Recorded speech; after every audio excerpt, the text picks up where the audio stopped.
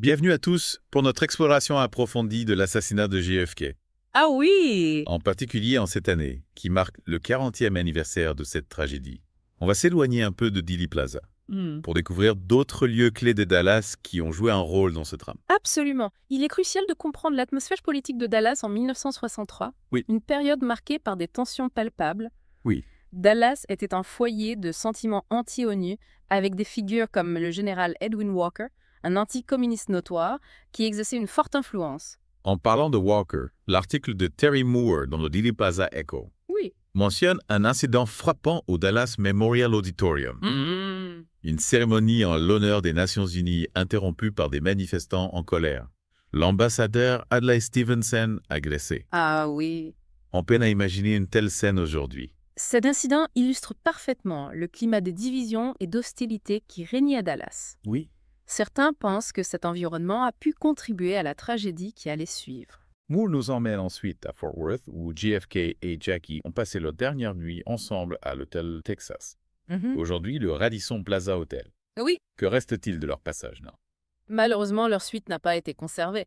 Cependant, le bâtiment lui-même est classé monument historique. N'oublions pas non plus le JFK Plaza où Kennedy a prononcé son dernier discours public. L'ironie du sort, n'est-ce pas? La foule était loin de se douter du destin tragique qui attendait leur président. Moore mentionne un projet de statue à JFK Plaza. Oui. Mais apparemment, le financement est un obstacle. Ce serait pourtant un hommage approprié. Tout à fait. Pour nos auditeurs qui envisagent un voyage à Dallas, Moore recommande le Trinity Rail Express pour se rendre à Fort Worth. Pratique et économique. Un excellent conseil. Notre exploration nous conduit ensuite sur Mockingbird Lane, D'accord. une artère importante de Dallas. Premier arrêt, Dallas Love Field. C'est là, à bord d'Air Force One, que Lyndon B. Johnson a prêté serment en tant que président avec le corps de Kennedy à bord. Un moment chargé d'histoire, mais ce qui est surprenant, c'est que la plaque commémorative sur place omet complètement de mentionner la présence de Kennedy. Effectivement, un détail troublant. Un peu plus loin sur Mockingbird Lane se trouvait le centre de traitement Kodak, où Abrams, Zapruder et Orville Nix ont fait développer leur film. L'article de Moore soulignait l'importance de la diapositive de Nix, Oui. qui a capturé la réaction immédiate des agents des services secrets après le premier coup de feu. Oui. On y voit la confusion, l'incrédulité, une image saisissante. Moore nous emmène ensuite faire un détour par le concessionnaire Downtown Lincoln Mercury. D'accord. Un lieu étrangement lié à plusieurs événements entourant l'assassinat. Un employé est retrouvé sans sa voiture qui est plus tard découverte sur la butte herbeuse. Ah oui. Un autre employé affirme avoir servi un homme ressemblant étrangement à Lee Harvey Oswald. Oui. Simple coïncidence. Difficile à dire. Ces incidents, rapportés dans l'article, soulèvent des questions intrigantes. S'agit-il de simples hasards ou d'indices d'une conspiration plus complexe? Le mystère reste entier. Retour sur Mockingbird Lane, cette fois à l'Executive Inn Motel, Oui. où Marina Oswald et sa mère Marguerite ont été brièvement hébergées sous la protection des services secrets. Moore décrit le changement soudain de plan lorsqu'elles ont appris que Lee Oswald avait été abattu. Imaginez le choc, la douleur de ces femmes prises au piège d'une situation qui les dépassait complètement. Leur vie a basculé à cet instant précis. Prochain arrêt confie ça. Campisi's Egyptian Lounge, un lieu fréquenté par Jack Ruby. Moore met en lumière l'amitié persistante entre Ruby et le propriétaire Joe Campisi, même après l'assassinat d'Oswald. Cet élément souligne la complexité du personnage de Ruby, capable de violence extrême, mais aussi de loyauté et d'amitié. Une dualité fascinante. Moore nous emmène ensuite à Mount Vernon, la somptueuse propriété de Hatchell Hunt. Oui, l'un des hommes les plus riches du Texas. Il mentionne le livre de Madeleine Brown, Texas in the Morning, Qui offre un aperçu des coulisses du pouvoir texan. Brown prétend avoir eu une liaison avec Lyndon B. Johnson et avoir été témoin de conversations qui pourraient éclairer les événements de Dallas. La véracité de ces affirmations est sujette à débat, Oui. mais son récit reste captivant. Notre exploration nous conduit ensuite sur Lemon Avenue, une autre rue empruntée par le cortège présidentiel. Premier arrêt, Holy Trinity Catholic Church, où le père Oscar Hubert a eu une rencontre fortuite avec JFK peu avant l'attentat. Un moment de joie et d'espoir qui contraste cruellement avec la tragédie qui allait suivre. Hubert a ensuite été appelé à Parkland pour administrer les derniers sacrements à Kennedy. Et il est intéressant de noter que Hubert a été l'un des premiers à annoncer la mort de Kennedy bien avant l'annonce officielle. Ah oui. Un détail qui soulève des questions sur la gestion de l'information ce jour-là. Ensuite, Moore nous emmène à la maison du général Walker, symbole de l'opposition farouche à Kennedy. Walker était absent de Dallas le jour de l'assassinat, mais sa rhétorique incendiaire a certainement contribué à un climat de haine. Absolument. N'oublions pas l'incident où Oswald aurait tiré sur Walker quelques mois auparavant. Oui. Un incident qui a été utilisé par la commission Warren pour étayer la thèse du tueur solitaire. Mais d'autres y voient la preuve d'une manipulation, d'une mise en scène destinée à faire d'Oswald le coupable idéal. On passe ensuite au Robert E. Lee Park, Oui. un lieu chargé de coïncidences troublantes. Le père d'Oswald portait le nom de Robert Edward Lee, et JFK est enterré à proximité d'une réplique du manoir de Lee à Arlington. Le hasard fait parfois mal les choses. En effet. Et pour ajouter à l'étrangeté, Oliver Stone a utilisé ce parc pour filmer la scène des funérailles dans son film JFK. Ah oui? Un choix de lieu lourd de sens qui ne manquera pas d'alimenter les spéculations. Notre dernier arrêt sur Lemon Avenue est le cimetière Temple Emmanuel, où repose Abraham Zapruder, l'homme qui a filmé l'assassinat. Moore fournit même l'emplacement précis de sa tombe pour les auditeurs intéressés. D'accord. On se dirige ensuite vers Stemmons Freeway, la dernière étape du trajet fatal de Kennedy. Et notre premier arrêt est le Cabana Motor Hotel, un lieu qui semble avoir été un véritable nid d'espions et de personnages louches la veille de l'assassinat. Moore mentionne un certain Jim Braden. Oui. En réalité, Eugene Hale Braden, un repris de justice en liberté conditionnelle, qui séjournait au Cabana et a été arrêté peu après l'assassinat pour comportement suspect. Ah. Intriguant, n'est-ce pas? En effet. Et il y a aussi cette rencontre tardive entre Jack Ruby et deux connaissances de Chicago au restaurant du Cabana. Une rencontre aux allures innocentes, mais qui a soulevé des soupçons quant à d'éventuelles connexions mafieuses. On arrive ensuite au Dallas Trade Mart, où Kennedy devait prononcer son discours lors du déjeuner. Oui. Moore révèle l'existence d'un mémorial discret dédié au président. Une statue d'aigle réalisée par la sculptrice britannique Elizabeth Frank. Un hommage touchant mais malheureusement méconnu.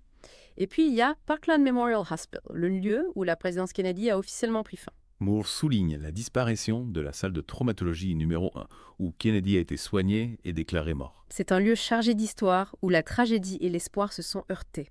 Un lieu qui nous rappelle la fragilité de la vie et l'impact durable d'un événement qui a marqué le monde entier. Un lieu qui nous rappelle aussi la multitude de questions qui restent sans réponse 40 ans après les faits. Moore conclut son article en encourageant les lecteurs à poursuivre leurs propres recherches. Et je suis tout à fait d'accord. Oui. Il y a tant de choses à découvrir au-delà des récits officiels. Parlons maintenant de l'article de Mark Bridger sur Billy Nolan Lovelady, cet employé du Texas School Book Depository, TSBD, qui ressemblait tellement à Oswald. D'ailleurs, pour nos auditeurs qui ne sont pas familiers avec le jargon d'affaires JFK, le TSBD est le dépôt de livres d'où Oswald aurait tiré sur le président Kennedy. L'article de Bridger intitulé « A Rough Guide to Oswald Lookalikes » est fascinant. Il souligne que la femme de Lovelady a même confondu Oswald avec son mari. Incroyable. Et que les enfants de Lovelady ont reconnu leur père à la télévision en voyant une photo d'Oswald. C'est assez troublant. Imaginez le choc de cette famille. Cette ressemblance a eu des conséquences importantes, notamment en ce qui concerne la fameuse photo d'Aljan prise au moment de l'assassinat. Oui, on y voit un homme dans l'entrée du TSBD et beaucoup ont cru qu'il s'agissait d'Oswald. Mais pour que la théorie du tireur solitaire tienne la route, Oswald devait être au 6e étage, pas en bas, à regarder le cortège passer. Exactement. La commission Warren a conclu qu'il s'agissait bien de Lovelady, mais les doutes persistent. Bridger mentionne d'ailleurs que Lovelady a continué à être harcelé par des journalistes et des chercheurs qui voulaient le photographier, même après la publication du rapport Warren. On peut imaginer le poids que cette ressemblance a dû représenter pour lui. Absolument. Bridger se penche ensuite sur les actions de Lovelady et de son supérieur William Shelley dans les minutes qui ont suivi l'assassinat. Oui. Leur témoignage initial diffère de celui qu'ils ont donné plus tard à la commission Warren. Oui, il y a des incohérences troublantes. Par exemple, Victoria Adams, une employée du TSBD, affirme avoir vu Lovelady et Shelley au premier étage du bâtiment peu après la fusillade. Or, dans leur témoignage ultérieur, ils ont déclaré avoir couru vers les voies ferrées et être restés à l'extérieur pendant plusieurs minutes. Pourquoi ce changement de version ? C'est la question que pose Bridger. Il soulève la possibilité que Lovelady et Shelley aient été impliqués dans la fuite d'un des tireurs qui aurait été vu quittant le TSBD par l'arrière peu après l'assassinat. Il y a plusieurs témoignages qui vont dans ce sens, notamment celui de Richard Randolph Carr, qui a décrit un homme correspondant à la description du tireur fuyant le TSBD et montant dans une Nash Rambler. C'est une théorie intéressante. Bridger se demande si Lovelady et Shelley ont menti à la commission Warren pour protéger cet individu, et peut-être même pour se protéger eux-mêmes. Leur proximité avec Shelley, un homme que certains chercheurs soupçonnent d'avoir été un agent de la CIA, est également troublante. C'est un élément à prendre en considération. Malheureusement, comme le souligne Bridger, il est peu probable que nous sachions un jour la vérité sur le rôle de Lovelady dans l'assassinat. Passons maintenant à l'article de John J. Johnson sur la crise des missiles de Cuba. How close we came. Il nous rappelle à quel point le monde a frôlé la guerre nucléaire en 1962. Oui, un épisode souvent oublié de l'histoire, mais qui montre à quel point les tensions étaient vives pendant la guerre froide. L'article met en lumière les réflexions de Kennedy sur la possibilité d'une première frappe américaine. C'est fascinant de lire ces réflexions. Kennedy était conscient des risques, mais il était aussi déterminé à ne pas céder à l'intimidation soviétique. Un dilemme terrible. Absolument. Johnson mentionne également le rôle de Jackie Kennedy qui s'efforçait de distraire son mari et de lui offrir un répit face au stress immense de la situation. On imagine le poids qui pesait sur les épaules de Kennedy. Jackie a joué un rôle important en créant un environnement de calme et de soutien. Elle comprenait l'importance de lui permettre de se détendre et de se ressourcer afin qu'il puisse prendre les meilleures décisions possibles. Johnson cite Robert McNamara, qui se souvient avoir admiré un coucher de soleil pendant la crise en se demandant s'il aurait la chance d'en voir un autre. Une image poignante qui nous rappelle la gravité de la situation. La citation de Kennedy qui compare lui et Khrouchtchev à deux hommes capables de mettre fin à la civilisation est tout aussi frappante. Heureusement, la raison a prévalu, mais cela s'est joué à peu de choses. L'article suivant, écrit par Craig Roberts, nous plonge dans une expérience fascinante. Tenter de reproduire les tirs d'Oswald avec un fusil Mannlicher Carcano. The Rule of Thumb.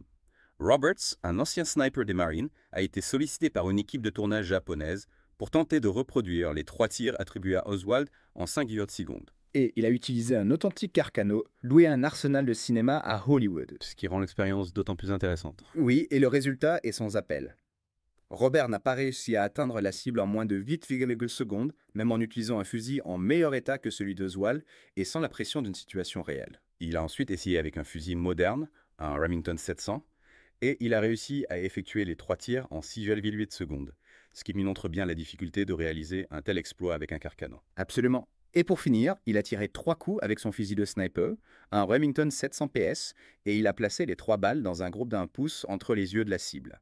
Une démonstration de précision qui met par perspective les capacités d'Oswald, qui n'était pas un tireur d'élite. Robert conclut en disant que la théorie des 3 tirs et la théorie de la balle magique sont des inventions de la commission Warren.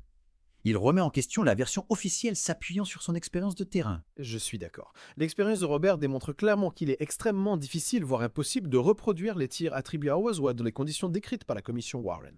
On passe ensuite à un article d'Ian Greggs qui nous transporte en pleine Seconde Guerre mondiale avec une anecdote étonnante.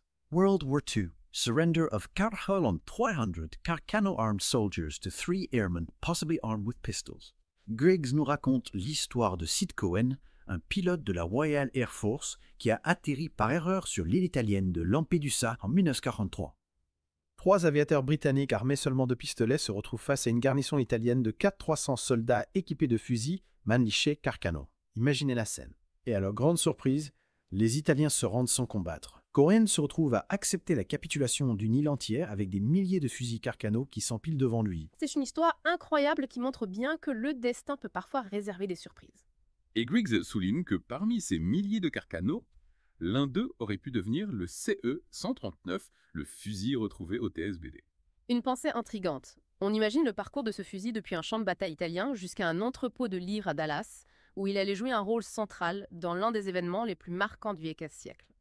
L'article suivant est une critique de livre par Ricky Rooksby. Il s'agit de The Assassinations, une anthologie d'articles du magazine Probe consacrée aux assassinats de JFK, Martin Luther King, Robert Kennedy et Malcolm X. Un recueil important qui rassemble des analyses et des enquêtes réalisées par des chercheurs indépendants, souvent ignorés par les médias mainstream. Rooksby souligne l'importance de ce recueil. Probe a joué un rôle important en remettant en question les versions officielles et en explorant des pistes négligées par les enquêtes officielles. L'anthologie est divisée en 4 sections, dont la moitié est consacrée à l'assassinat de JFK. Rooksby recommande particulièrement la section intitulée « Qui ou quoi était Lee Harvey Oswald ?» qui comprend des contributions de John Armstrong et Lisa Pease, 2 chercheurs de renom. Des analyses approfondies qui remettent en question l'image du tireur solitaire et explorent les zones d'ombre de la vie d'Oswald. Rooksby conclut en disant que cette anthologie est l'une des publications les plus importantes de ces dernières années pour les chercheurs sur l'assassinat de JFK. Une ressource précieuse pour ceux qui veulent approfondir le sujet. L'article suivant nous emmène en Union soviétique avec un article fascinant de Yuri Pavlov intitulé « The number of eyewitnesses is less and less ». Pavlov analyse 2 articles parus dans le journal soviétique Komsomolskaya Pravda en 1968, à une époque où les médias étaient sous le contrôle total du gouvernement. Ces articles révèlent la version officielle soviétique de l'assassinat de JFK. Et il est intéressant de noter qu'ils remettent en question la théorie du tireur solitaire. Exactement. Les articles citent Willem Oltmans, un journaliste néerlandais qui enquêtait sur l'assassinat et mentionne la mort suspecte de George de Mohrenschildt, un ami d'Oswald. Ils évoquent également un certain General Donaldson, un agent du renseignement militaire américain, qui aurait enquêté sur un complot visant à assassiner Kennedy. D'après ces articles, Donaldson aurait été mis au courant du complot par Kennedy lui-même, qui lui aurait confié la tâche d'identifier les commanditaires. Intriguant, n'est-ce pas ça?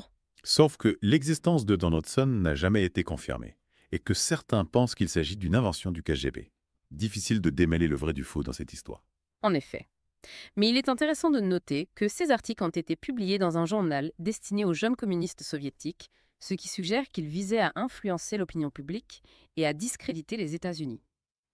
Pavlov conclut en disant que le mystère entourant l'assassinat de JFK continue de fasciner et d'intriguer même 40 ans après les faits. C'est vrai. Et les articles de Komsomolskaya Pravda nous rappellent que la vérité est souvent multiple et complexe et qu'il est important de remettre en question les versions officielles. Passons maintenant aux photos fascinantes prises par Chris Mills et Ian Griggs à Dealey Plaza en novembre 1983, lors du 30e anniversaire de l'assassinat de JFK. L'article This Month in Dealey Plaza, 10 Years Ago, nous offre un aperçu poignant de cet anniversaire. Ces photos nous transportent dans le temps et nous montrent l'atmosphère qui régnait à Dealey Plaza. On voit des foules de gens rassemblés sur les lieux de la tragédie, certains recueillis, d'autres brandissant des pancartes et des photos de Kennedy. Un témoignage émouvant de l'impact durable de cet événement sur la mémoire collective. Les photos montrent également la présence de personnalités importantes comme Nellie Connolly, qui était dans la voiture avec Kennedy le jour de l'assassinat. Et les photos de Griggs Prize le jour de Thanksgiving montrent Dealey Plaza sous un jour différent, calme et enneigé. Un contraste saisissant avec l'agitation des jours précédents. Oui, c'est une image presque irréelle qui nous invite à la contemplation et au recueillement. La neige semble recouvrir les blessures du passé, mais le souvenir de la tragédie reste bien présent.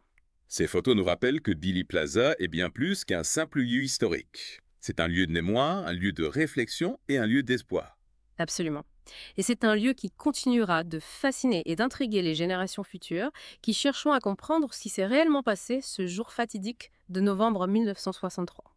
Notre exploration se poursuit avec la Dealey Plaza UK Library. Une ressource incroyable pour les chercheurs. Oui! Avec des livres, des vidéos et des cassettes audio sur l'assassinat de JFK. C'est une initiative formidable de la part de Dealey Plaza UK. Cela montre leur engagement à diffuser l'information et à encourager la recherche indépendante. Leur site web propose également une liste des anciens numéros du Dealey Plaza Echo. Ah oui! Avec des titres d'articles plus fascinants les uns que les autres. On peut vraiment dire que ce numéro de novembre 2003 du Dealey Plaza Echo est une mine d'or pour tous ceux qui s'intéressent à l'assassinat de JFK.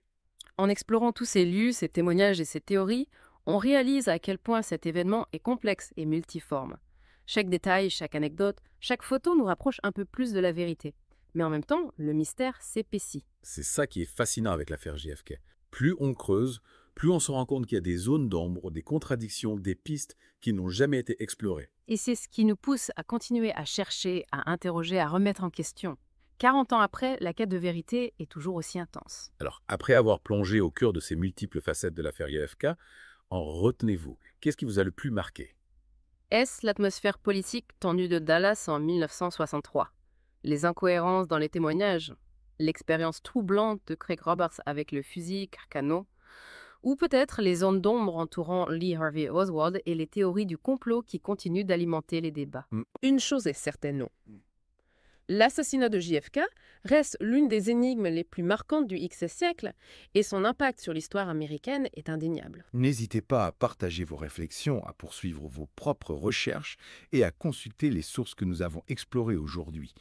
La vérité est peut-être à portée de main si l'on prend le temps de l'assembler pièce par pièce. Merci de nous avoir rejoints pour cette plongée dans l'histoire. Et souvenez-vous, l'histoire est rarement simple et les réponses ne sont pas toujours faciles à trouver.